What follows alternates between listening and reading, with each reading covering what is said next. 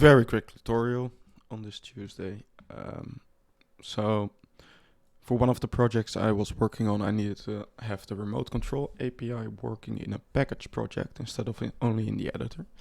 If you don't know what the remote control API is, it's mainly used or made for broadcast, and you can send triggers through HTTP, OSC, MIDI.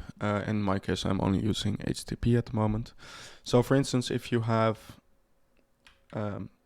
this level, just a quick demo level, and I made a trigger, spawn fire, spawn explosion, and if I press it, it will spawn the actor and show the explosion.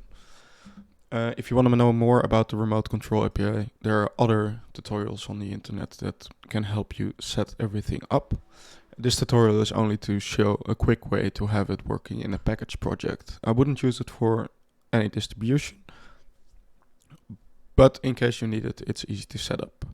So we have the remote control. We know that it works because we just tested it. We have the little explosion from the starter content. And what we have to do is we need to package the project. So we're going to package the project and hit OK. And now we wait.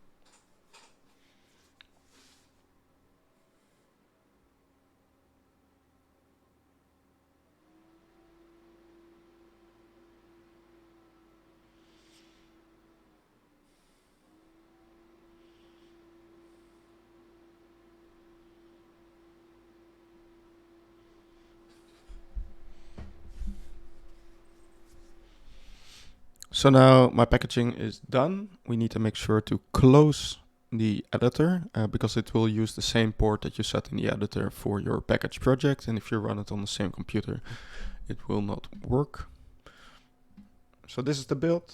We're going to select our application. We're going to right click, show more options, create shortcut.